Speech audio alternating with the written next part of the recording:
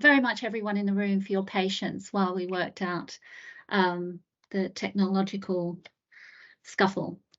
So welcome everyone. Thank you for joining us this afternoon. I'm Stephanie Jones and I'm one of the co-directors of the Southampton Institute for Arts and Humanities, and I'm joined today by Kingsley Abbott, who is the relatively recently appointed Director of the Institute of Commonwealth Studies at the School of Advanced Study in London. So I'm going to briefly introduce Kingsley. We'll have a conversation for about 30-40 minutes, and then I'm going to open up to questions from the audience. Please feel free to post questions in the chat as we go along and as they occur to you. I know that using the chat for questions tends to limit the number of voices in the room, and I'm sorry about that. But it also allows us to include more questions and to work around some of those issues with people inadvertently sort of leaving their microphones on, etc. So on such logistical matters, I need and want to thank Anushka Alexander-Rose and Ellie Wakefield for supporting their work setting up and supporting this event, and indeed our larger Public Life in Conversation series for the Institute for Arts and Humanities. So, Kingsley, to turn to you. Kingsley is an experienced international criminal and human rights lawyer with more than 20 years' experience in international non-governmental organisations, the United Nations, and domestic legal practice. For 9 years, he was based in Thailand, where he served the International Commission of Jurists as the Director of Global Accountability and International Justice. And during this time, he led numerous human rights and rule of law initiatives in Asia and around the world. Prior to that, he worked as a senior legal advisor at the Khmer Rouge Tribunal in Cambodia and as trial counsel in the Office of the Prosecutor at the Special Tribunal for Lebanon in The Hague.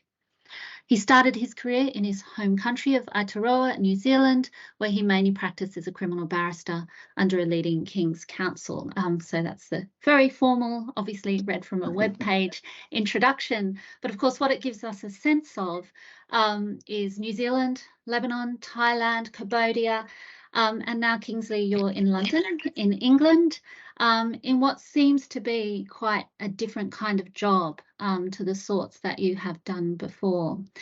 So I want to open up by inviting you to tell us about your move into the Commonwealth Institute and how you're finding the transition into this more academic setting. I mean, often in this Public Life series, we have people who've been academics for decades, and their work has moved from academic settings into the public world, whereas your trajectory is a little bit different.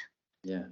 Well, thanks, Stephanie. And first of all, thank you very much for having me. And it's nice that someone has taken an interest in me and my career, and so I'm very grateful to be invited. And I'm very sorry for the technical challenges.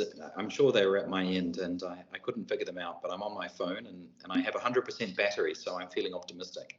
To be honest, I think the hardest part of the transition, moving to London, has been how dark it gets at 4 o'clock in the evening, and I'm sitting here in my office and it's pitch black outside, and my body tells me it's about 9 p.m. and time for bed. But that's the biggest adjustment. Other than that, the transition into the University of London, the School of Advanced Study in academia, has not been too much of a transition for me. I'm a human rights lawyer concerned about global issues, and for me, I see the University of London and the Institute as another platform, a very unique platform with a lot of opportunity to continue to work on human rights issues and policy issues.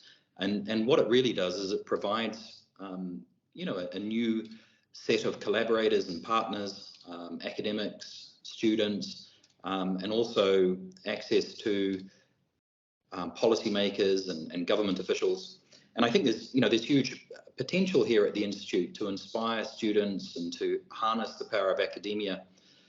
I think because what academia provides is the ability to sometimes do some deep research and deep thinking on human rights and policy issues aimed at sort of long-term change and long-term analysis in critical areas, which often as a practitioner or as someone working in civil society for an NGO, you don't always have that space or an opportunity because you're busy being so reactive, whether it's reactive to the case you're working on, the deadlines of the court, you're reacting to, suddenly someone has been imprisoned or charged or prosecuted, and you don't always have the time and space to sit back and to really reflect on, if I'm working on international justice issues, what really needs to change in the international justice architecture.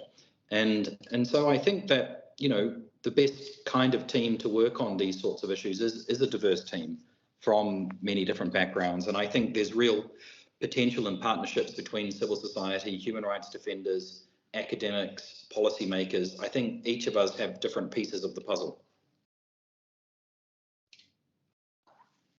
Yeah,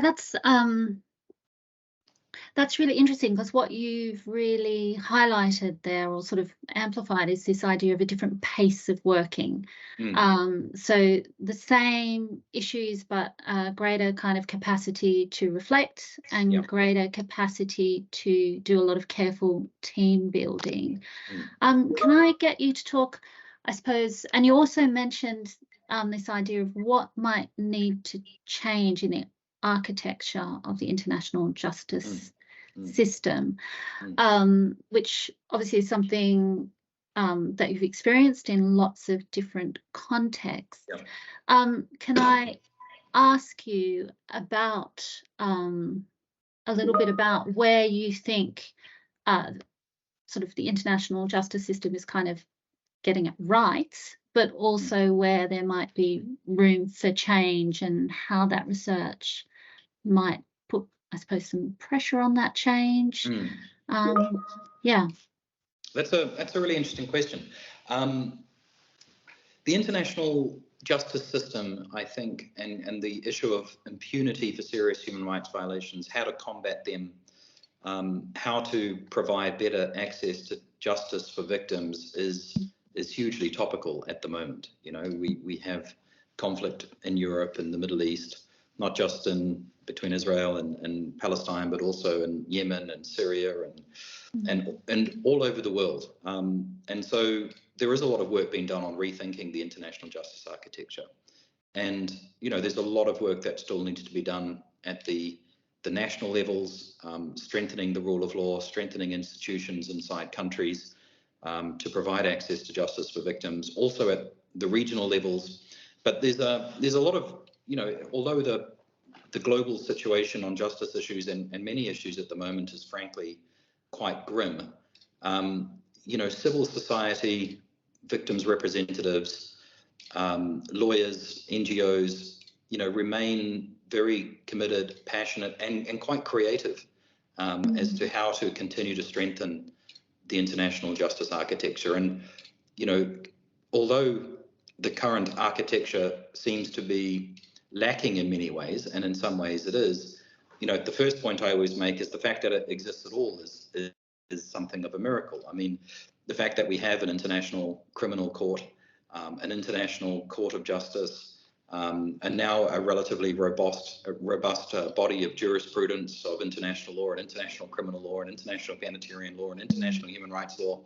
These are all things that we sometimes take for granted now, and we can sit and be critical of them. But, if you'd ask someone in the 1920s and the 1930s and the 1940s whether or not we would be at the place we're at today, people would probably have been very pessimistic.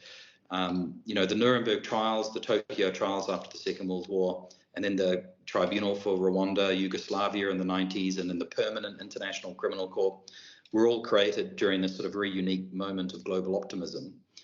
Whether they could be created today in the current climate, I think the answer is probably no. So it's now a matter of strengthening and being more creative as to how those mechanisms can be used.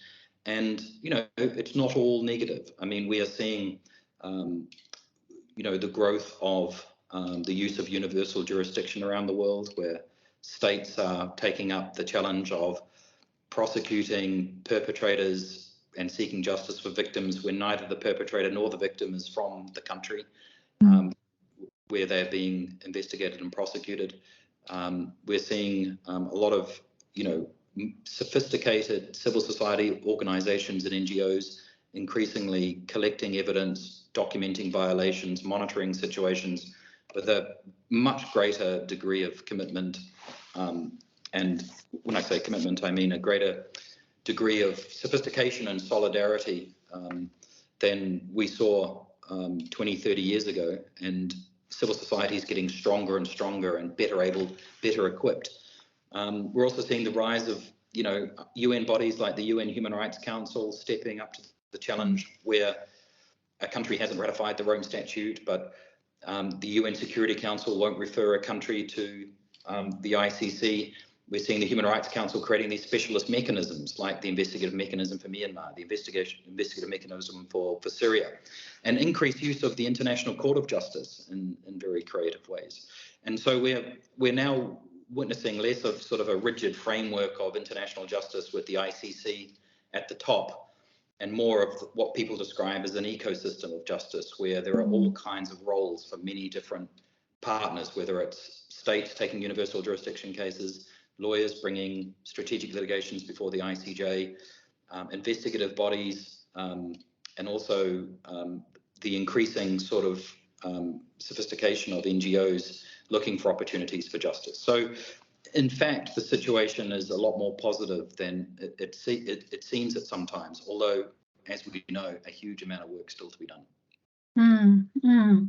That's great. Yeah, you've given us a really kind of rich picture of this ecosystem. So not just an architecture, but an ecosystem, and a very sort of internationally, kind of globally resonant one. Can I get you to, which is all like quite big picture.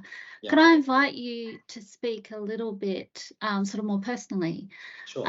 About perhaps you made a move from New Zealand into these kind of more international scenes, and how you've experienced yourself, perhaps that opportunity to be creative, perhaps how that's both sort of been both challenging and exciting within this. Exciting is the wrong word, but enabling maybe within that scene.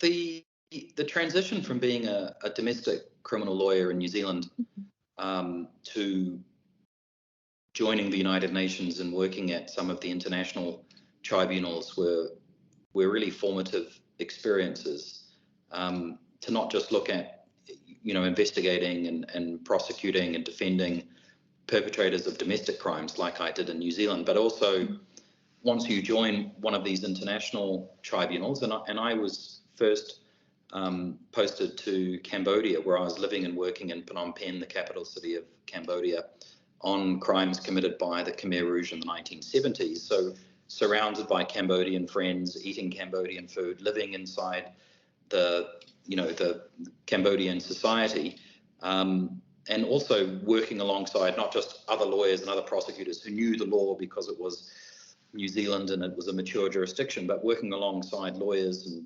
investigators and analysts and experts from all over the world and from Cambodia. You really start looking at the broader role of what does justice mean in societies, particularly societies which are transitioning from conflict to experienced atrocities.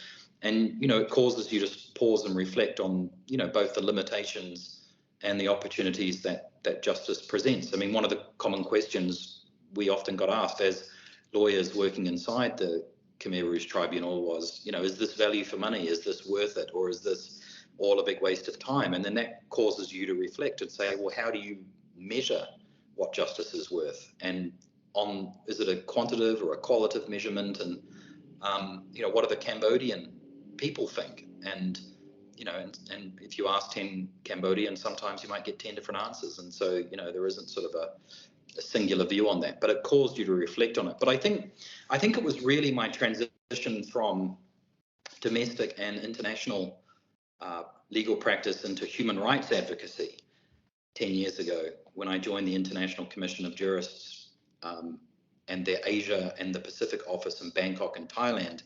That was the most profound experience for me, and perhaps the most profound experience of my life, certainly, my career. And I made that transition because I was working as a very technical lawyer on issues that had happened in the 1970s in Cambodia. Whilst I was there at the court, I was riding my motorbike through the streets of Cambodia at a time of great instability in the country. There were garment factory worker protests, unions protesting, the political opposition. They were all banding up, and there were thousands and thousands of people on the streets. And I would be, riding my bike around these protests. And then one night, I learned that from my Cambodian friends that many of the people who I had, driven around to get to work, some of them had been killed the night before on a massive security crackdown on those protests. And I became friends with people from Human Rights Watch who invited me to come and monitor some of the protests. And I became very passionate about looking at ways of using my experiences to support the work that Cambodians and other human rights defenders were doing on human rights issues in the contemporary Cambodia rather than 1970s Cambodia. And so I joined the International Commission of Jurists in Bangkok. Actually, I went on to go and observe trials related to those protests. So there was a bit of a circle back to that experience. And about 2 or 3 months after I joined the Bangkok office, there was a military coup in Thailand. And suddenly I was thrust into working alongside Thai human rights defenders, Thai activists, traveling around the country, visiting military bases, talking to generals, asking about the situation in the military prisons. And so you're then asking yourself, like, strategically, how can we support, the Thai civil society? And the most inspirational people I've ever met in my life are human rights defenders who are working on human rights issues, democracy, and very repressive and dangerous environments at great personal risk. Many of them totally unsung heroes. Many of them have been working on these issues long before I arrived and will continue to work on them long after I left. And these experiences take you out of the courtroom and out from behind your desk and into the streets, into villages, communities, refugee camps, military bases. And then it gives you the opportunity to support them to tell their stories and do their advocacy in corridors of power, like the Human Rights Council, in capital cities around the world, in The Hague, and to reflect on what change is needed and how strategically do we bring that about, and helping them think about that at the national levels, regional levels, and at the international level. So, while the subject matter was often very grim, what people do to other people, what communities and people are doing to push back on violations is equally inspiring. So there's the sort of darkness and the light, bad governments and good people. And so having the opportunity to hopefully in some way contribute towards the work of those people was a profound experience for me. It's so interesting to hear you speaking so optimistically and positively. Like the tone and the story is all so optimistic, so positive, and yet the situations are the grimmest. These are situations in which you're conveying a real sense of kind of experiencing people humanity at both its kind of its worst and its best.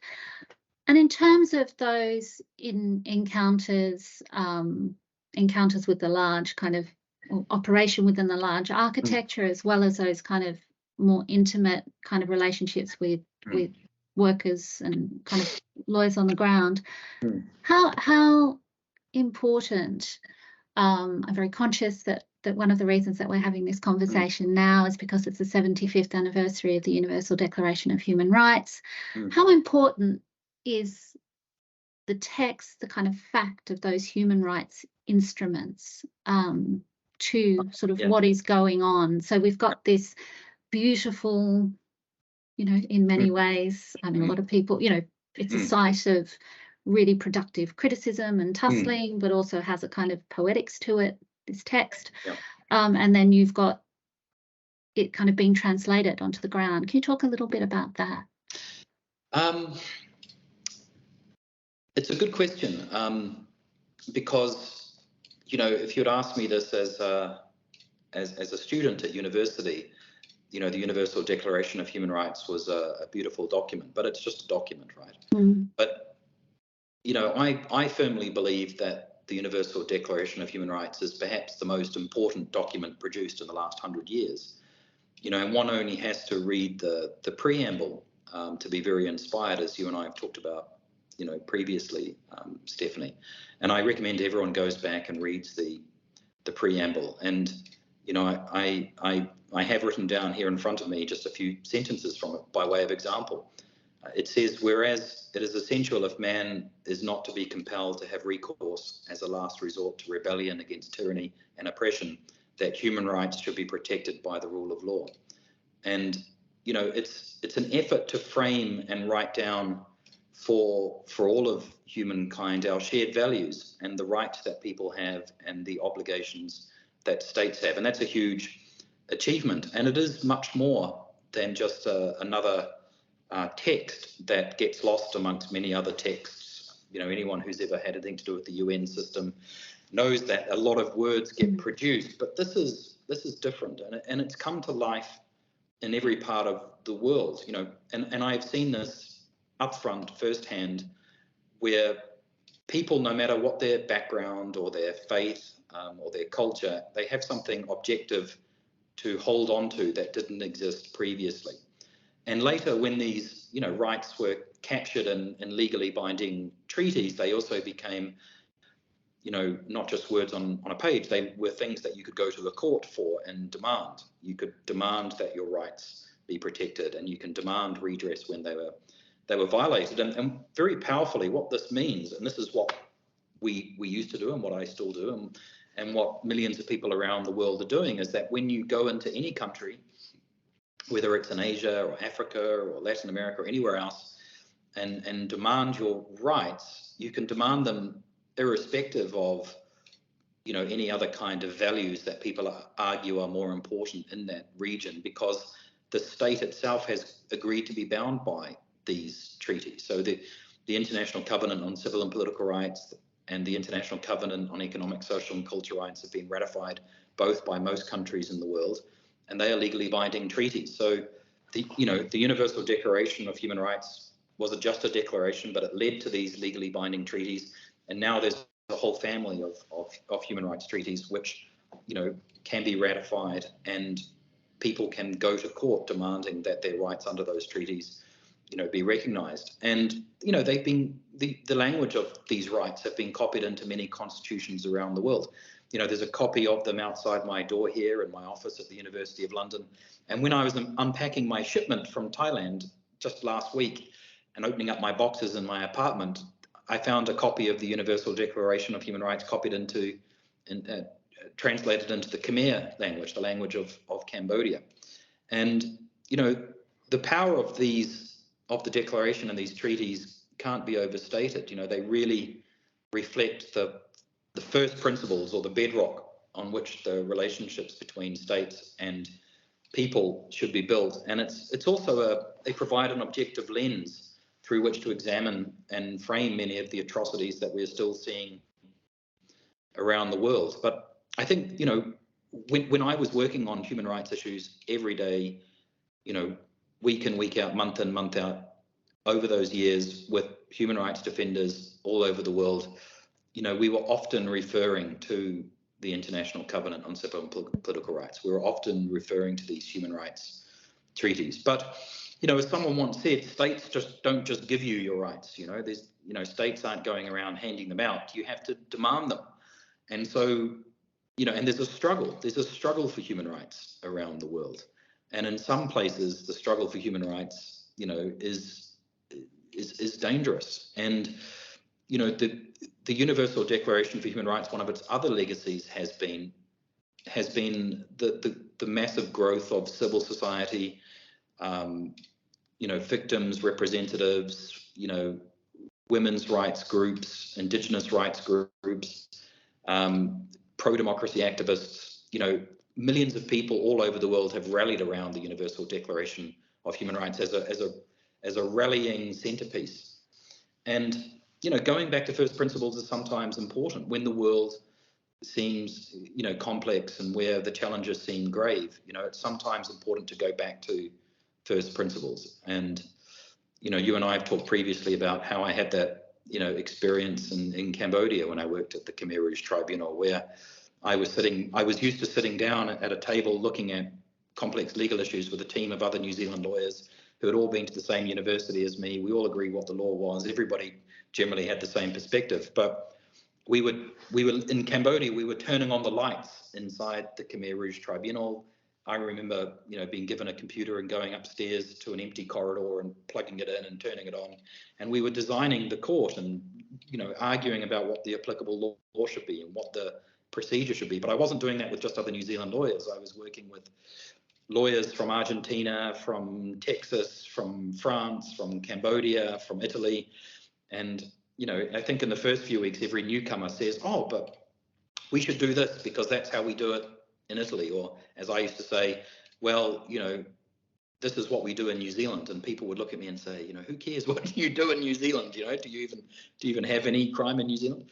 And so, when you go back to first principles, if we often used to discuss, for example, an issue that came up about the right to silence and whether or not someone should have an adverse inference drawn against them if they refuse to be interviewed. And in New Zealand, you just have the right to silence and no one even discusses it anymore. But in other parts of the world, an adverse inference can be drawn. And so I was forced into the position where I had to sort of say, well, it doesn't matter that New Zealand does it. Like, why do we do it? And what are the underlying principles behind that? So these kind of objective frameworks which contain first principles, provide us, notwithstanding the fact we come from different backgrounds and cultures and faiths, at least we can agree on these foundational principles, bring them to life, even though we bring them to life in different ways. And it's a baseline on which to have these conversations, both around justice issues, but also human rights issues. Mm. You speak in such inspiring ways. I feel like I'm kind of come across as a bit sort of cynical by pressing you a little bit further on that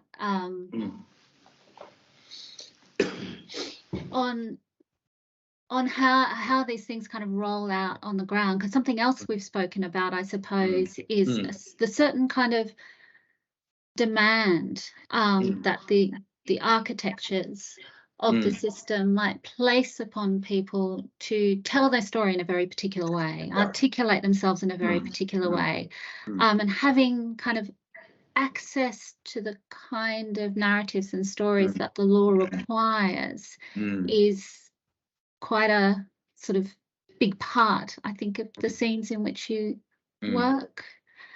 And so that kind of and whether how you loosen, how you're creative around that, how you loosen up those requirements, or and that is such an interesting question, and it's such an important conversation. And when you ask me that question, my mind goes off in many different directions. I mean, at its most fundamental, I think the answer is that a lot of these processes and a lot of the architecture, often needs to get a lot closer to the ground and understand the contexts in which these violations are being committed, the special and particular cultural considerations or religious considerations of people who are coming before them, petitioning for, a court or a tribunal or a working group or someone to take up their cause. Because, there is an issue around this, I think, and sort of justice processes in these sort of severe courtroom settings, just as one example, require a close examination of testimony in order to establish the truth and the ways in which we are taught to establish whether someone's telling the truth is to look for internal consistency and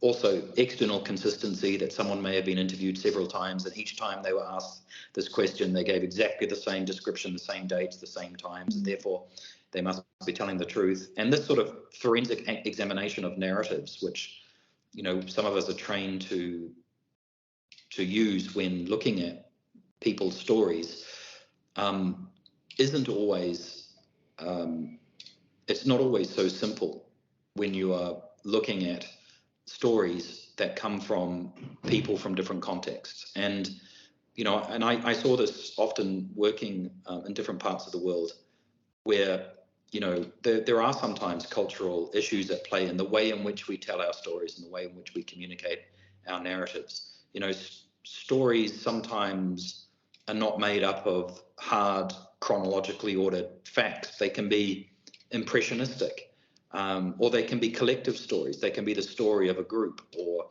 a story of a community, or a story that has, you know, been passed down. And, you know, that collective memory, that impressionistic memory of a community, may be what the truth is to that community. And there isn't so much in some parts of the world such an emphasis on, you know, placing an individual in a room with a video camera on to get a chronological account of what happened.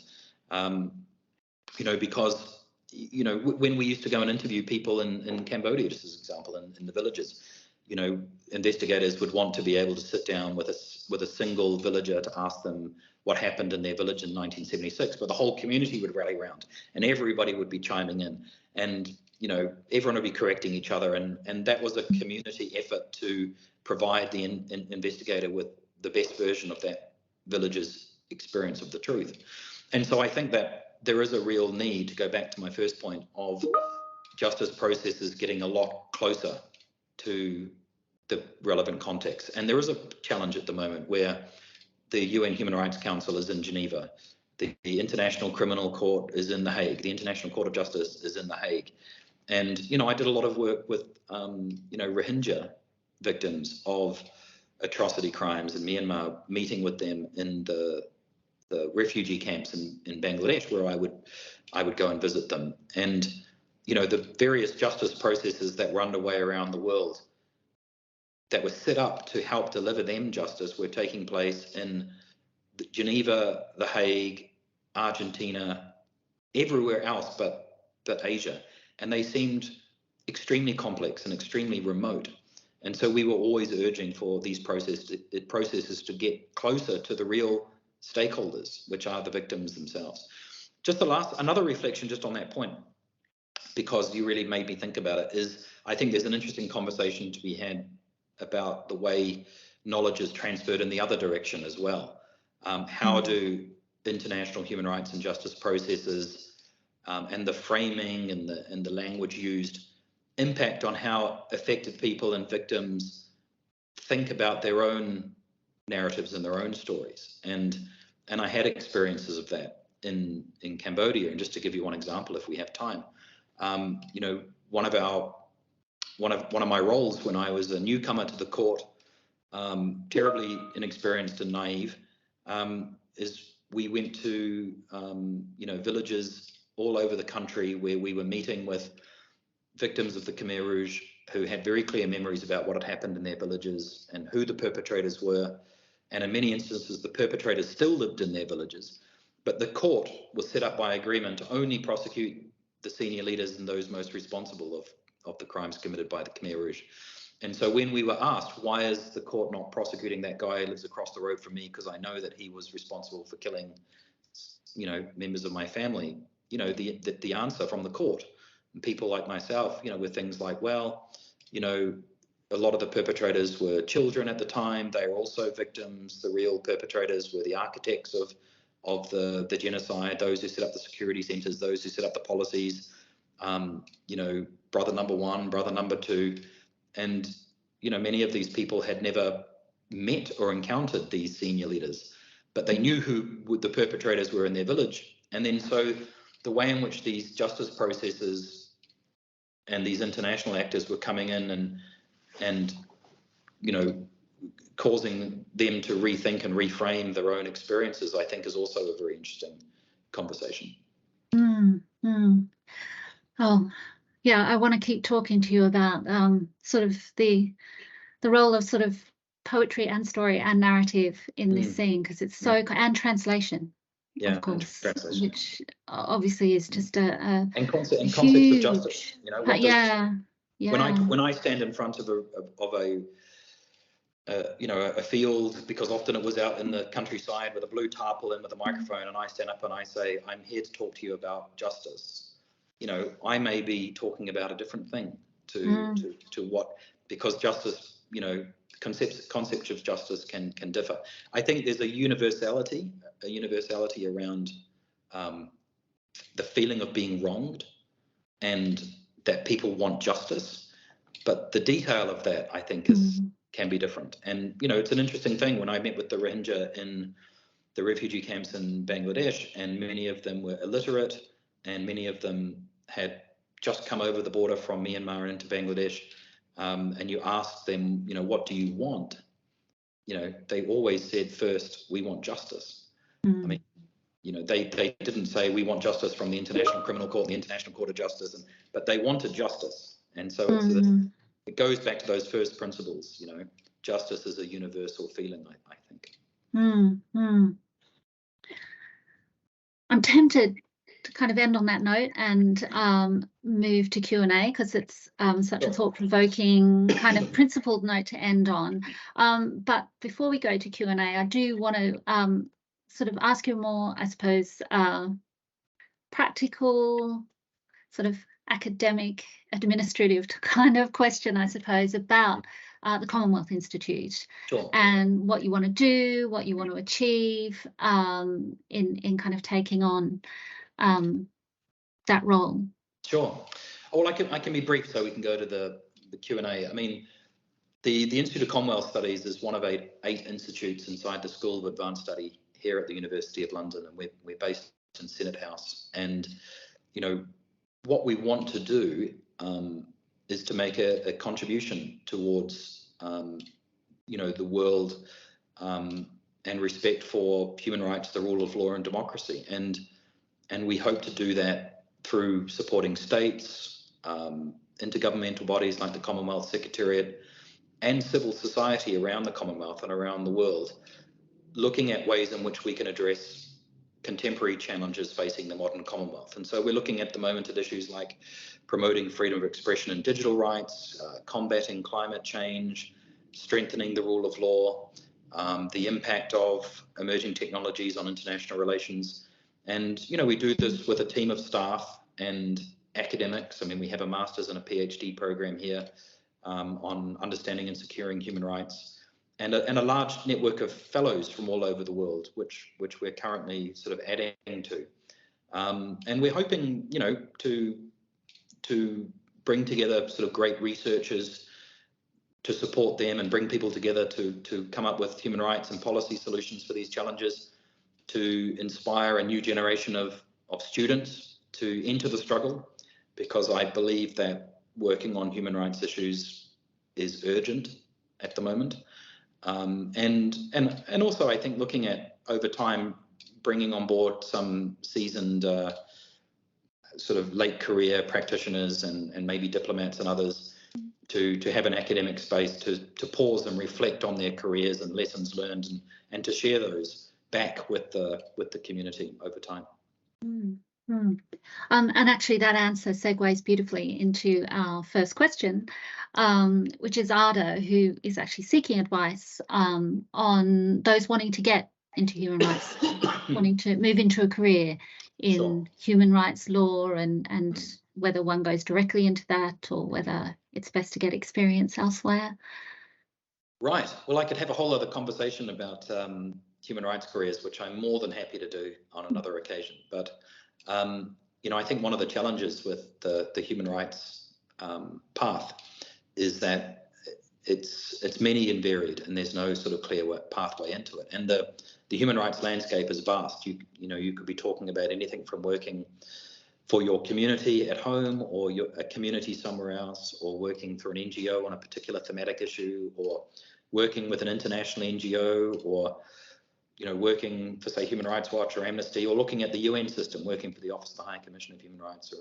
But there's a place, I firmly believe there's a place for everybody, and there's a place for lawyers and non-lawyers. I mean, some people argue that the human rights world has become too legal, there's too many lawyers, and that would be a problem if it was the case, because there's a huge amount of things that human rights defenders can do just by bringing together communities in solidarity to challenge some of the state practices and state policies which we think violate or have the potential to violate human rights. But I think just a few pieces of quick advice is, I think, if you're wanting to really get into human rights in a professional sense, it does pay to have studied human rights at some level, to have at least a passing knowledge of international human rights law and the human rights framework, but also, how to strategize in terms of developing human rights advocacy programs. What are the entry points? What are the pressure points in order to bring about change within the UN system, but also with states? And to, perhaps do a master's degree is very beneficial. Whether it's a LLM or an MA, I don't think that matters too much depending on where you want to go.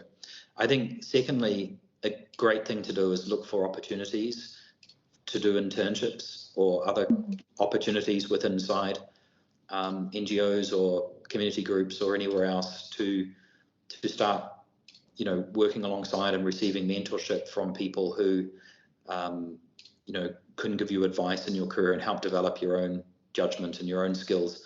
And I think, thirdly, network and schmooze. For us New Zealanders, that makes us really uncomfortable.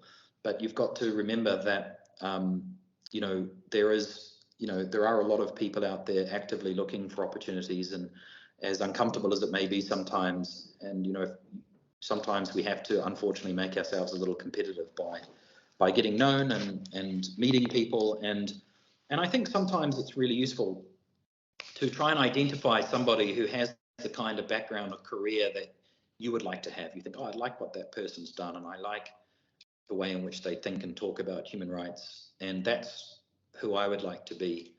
And I'm going to reach out to them over email and have a coffee with them. And, you never know, that person may be, have an opportunity. They may know someone who has an opportunity. So I think there's, getting a good academic foundation if you want to do this professionally. Secondly, look for opportunities in organizations where you'd like to work, even if they're internships. And thirdly, to really put yourself out there and try and meet people who you think would be, good mentors who could provide you with advice and provide you with opportunities. Mm-hmm. I like that your lawyerly answer wasn't too legalistic. Following up that there's a lot of room for a lot of different skills here. There is. And that you don't necessarily have to get there through a legal route. So we've got 3 minutes left, so I am going to sneak in this last question, although it's quite a big and serious question. Can you explain the process behind collecting evidence of human rights violations during wartime, compounded by social media evidence, and whether tribunals can occur during or have to wait until the aftermath? Wow, that's a big question, but it's very much within my area of interest, and that's a whole paper. The thing about evidence is that there's something called the golden hour, which means that you really need to collect evidence as soon after the violations have been committed as possible, because evidence is lost, it gets destroyed, it deteriorates. Perpetrators run away, witnesses lose their memory, the rain washes away the explosive residue. And so wherever possible, you want to collect evidence as soon after the violations take place as possible. And that sometimes means collecting it in a sort of a hot conflict, in situations of danger. But there is something that we talk about called the do no harm principle, which is when you're out there collecting evidence or when you're out there interviewing, you should always have first and foremost in your mind not to be harming yourself and not be harming others. And sometimes it just has to wait. But as a matter of principle, then the evidence should be collected as soon as you can, as soon as possible.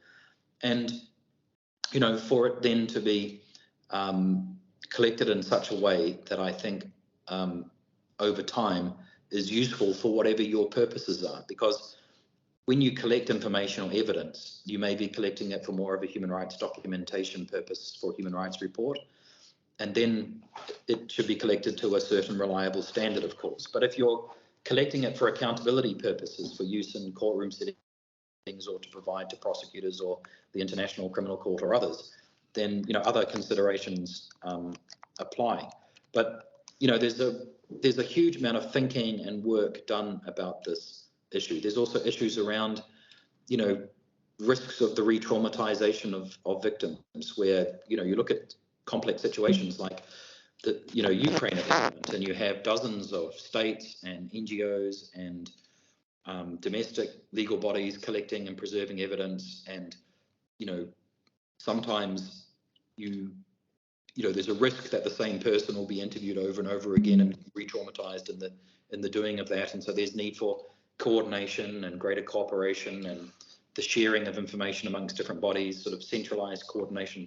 But, you know, what is important in all of this is to ensure that, you know, you're not doing harm to yourself and doing harm for others when you are deciding ways in which you can obtain evidence, you know, as soon after the violations were committed as possible. And it's happening. I mean, it's happening at the moment in Myanmar.